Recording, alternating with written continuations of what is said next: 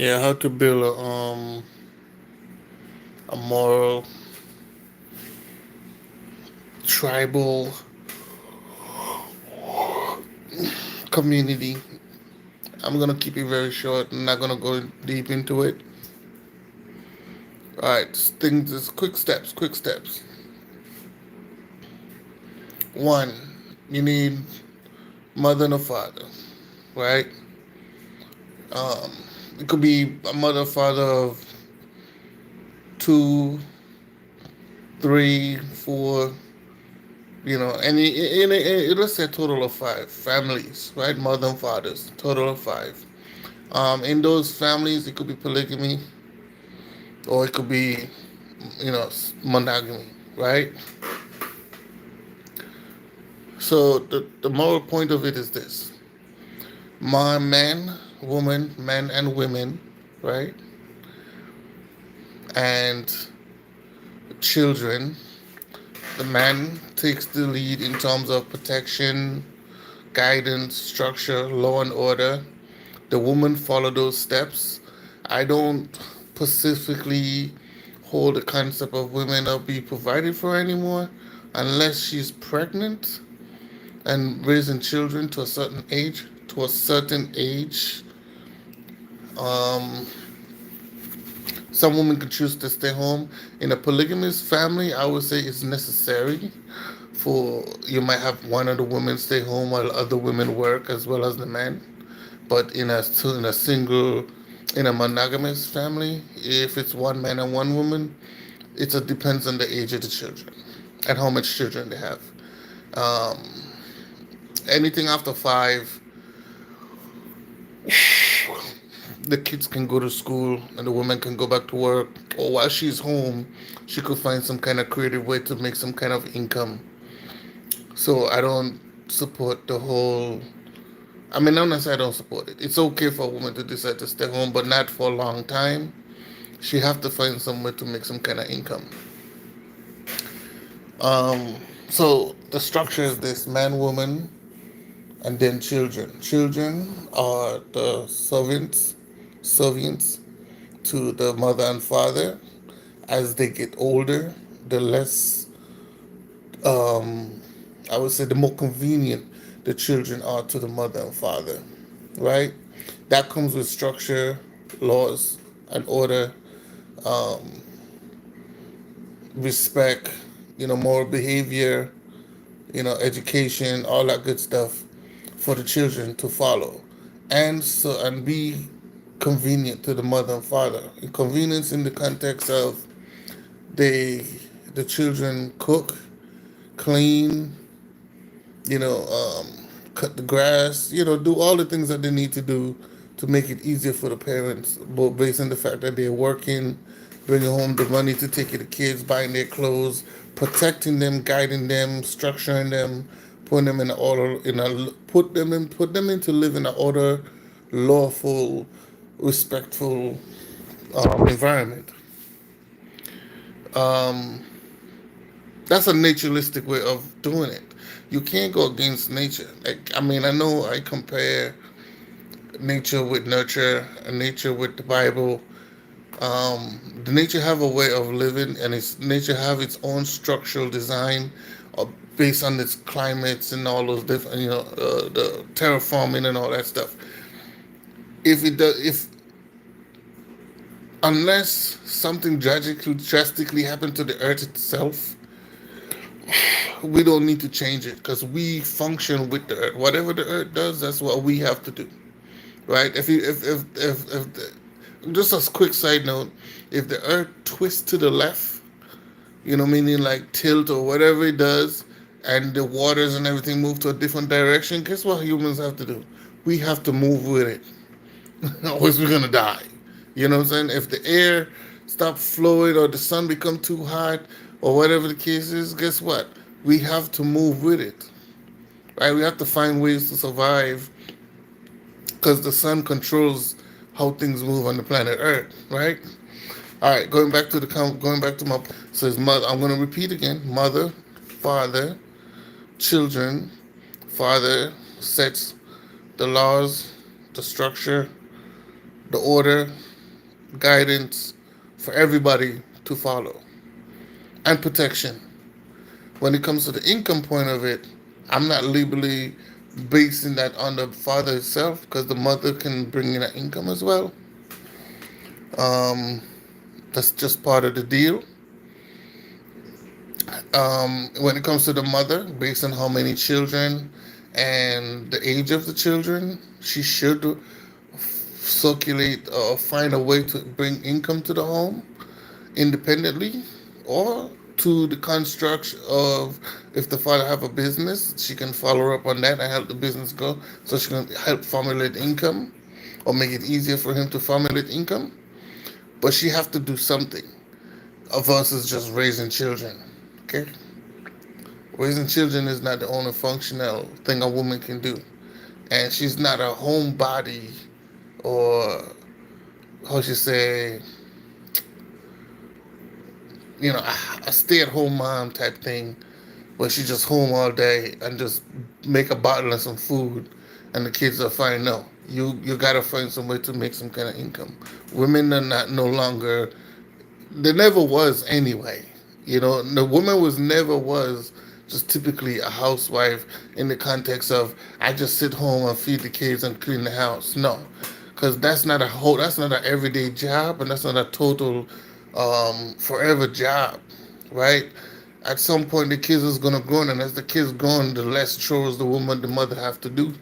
You know what I'm saying? The only thing a woman generally have to do, just as the man have to do, is cater to his woman, and the woman cater to him.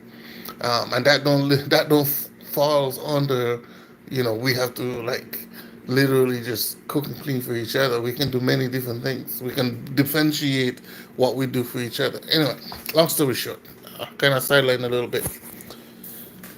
Now, after that mother, father, children have been established, and the laws, orders, and the levels of discipline, and the design and structure for father, mother, and children have been placed, right, in the moral way, in all the rules and laws. Then you move on to that. That goes for all the five families, okay? Whether it's polygamy or monogamous, okay? I can't speak too much on polyandry because it's not something that really works. So it's not something we're gonna push. We're talking about a natural, instinctual way for man and woman to function. It's not normal for man and woman to have a woman to have multiple men. It's more natural for men to have multiple women. Okay. When that's the natural, I mean it's more common, it's more fit, because women are made to have babies. She's not made to have multiple functioning emotional structure to deal with multiple men. She's gonna go crazy. All right, moving forward. After the families have children and develop their structural design and moralism, education, all that, for all five families, based on those children, they're gonna go out and repeat the same cycle. Right? Now you're built now within that five families, you could consider it a tribe. After the tribe kind of builds community, right? Community means becoming more expandable. Although those children, they come up with new skills, new design, new ideas, da da da, but the standard of nature, structural humanity, development, and functional family still remains the same. That helps eliminate crime, this um, structural, rude, and immoral behaviors. Not that it wouldn't happen, it just wouldn't happen on a high scale because majority of the children and mother and fathers are raised in a structural design, and they know what to expect on how things are to be labeled out. It's kind of natural, you basically just, that's all you know, right? The more the community builds, which means, remember, this is a repeat. It's a repeat. Yes, you're gonna have some people might decide to do something different, but regardless to what they do, the standard still remains, which means the popularity is gonna follow the standard. Once the community have now gone to how many thousands and thousands of people, you're now fit for protection, I mean global protection or territorial protection, right? Meaning that if you was to have to defend your community against a bunch of wild animals, or a group of outside disruptful people who don't have no morals like you do, then you create due to the children, the amount of children in protect, whether it's male or female, due to the amount of children, whether it's male or female, because females can shoot guns, they don't have to physically fight, they can shoot, while the men can physically fight. So women can be more of an offense, while the men can be more of a defense, right? You have to learn the balance of how things can work.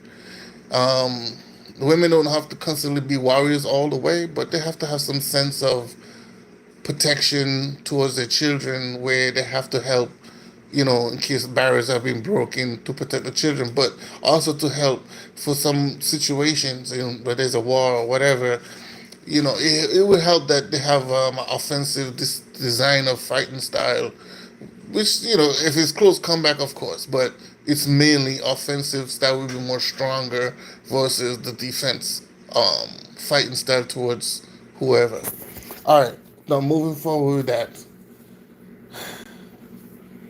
as that progress happens, the males become more productive because everybody's going in a standard lifestyle, which is more or less moralistic, right?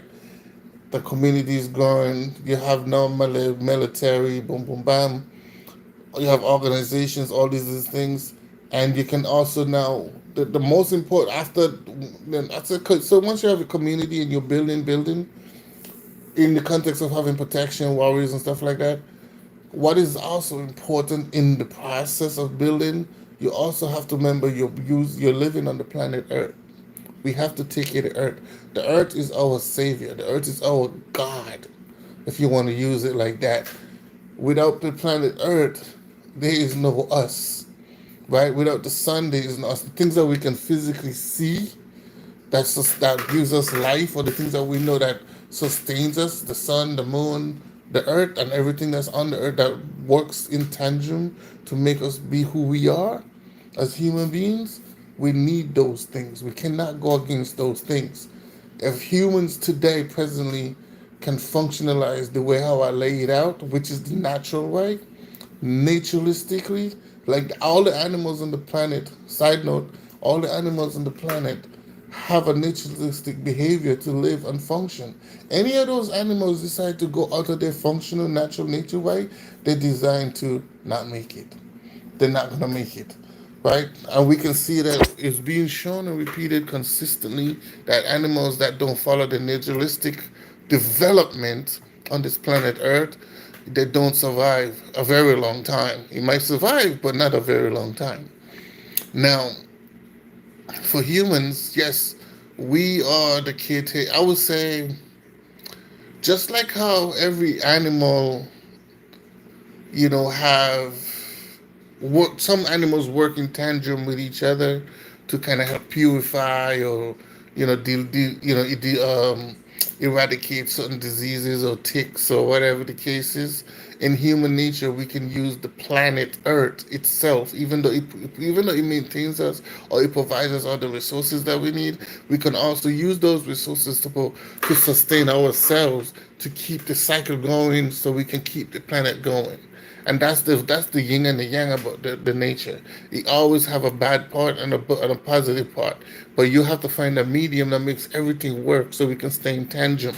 This is why you have a yin and a yang, right? A good and a bad, a good and a bad, right? So in the mix between the good and the bad is where the safe zone is. If you go too far to the left and do too much, you can be bad. If you go to the right, you do too much, you can be good. You're overly good, which kind of results to this dysfunction. So you want to stay in that medium. Now, which should be the majority? We're not saying it's not going to be overly good. We're not going to say it's not going to be some people that are just bad. But what I'm saying is, there should be less of those versus the more of the norm, right? So, in the context going forward, of saying that the earth is to be protected by us, right? We have to maintain. Depends on how we treat the planet Earth. Is how it functions. Is how we live, how we progress in life, and that shows how we're living presently in life today. We have been, you know, people have learned to manipulate human nature, like how they have learned to tame animals and stuff. But animals don't typically, you know, take advantage of other animals. I mean, they've learned it in some ways, but it doesn't. It's not generally. It's not a mass number. You understand what I'm saying? It's based on some survival instinct in that case. So you don't see, let's use lions for example. You don't see lions out there going around taking the biggest buffalo and saying, "Listen, we're gonna be friends with this buffalo, so we could trick him." No, they don't do that. They just do what they got. No, if you do find a lion that does that, he's a smart ass lion. But at the same time, is it majority of them? No, because it's not a normal thing to do. It's a very rare thing to do. But for humans, we have the capability to repeat and do things out of control, but we have to learn those more ways, meaning that do we want to keep doing wrong, or do we want to do good to maintain ourselves so we can succeed in life? And what I do in my time frame of living affects the timeline of the offspring of my living. So if I don't functionalize a certain way and make sure shit works so we can progress going forward and pass the information and the knowledge down so he can repeat what I did, then I'm taking the lead to mess up the planet Earth. I'm taking the lead to dysfunctionalize the way how natural nature is supposed to function within himself. So people who are using and manipulating human beings to do negative things, those people are not good people. Those people, they're just here to destroy the earth. They don't. I don't even think they care to survive. Or maybe they're in their sense of like, long as I get what I want and I survive in the best way, how it's good for them. But it does. But the outcome of it is everybody gonna lose in the end. You know what I'm saying? It's not gonna be good for everybody in the end. Um, I also want to say too, we have learned to.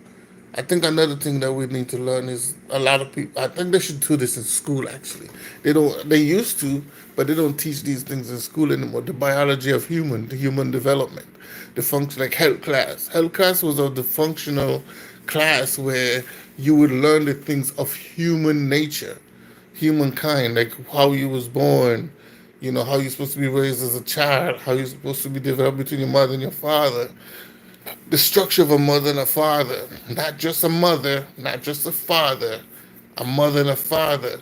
The concept of what relationships can be bound to in terms of pure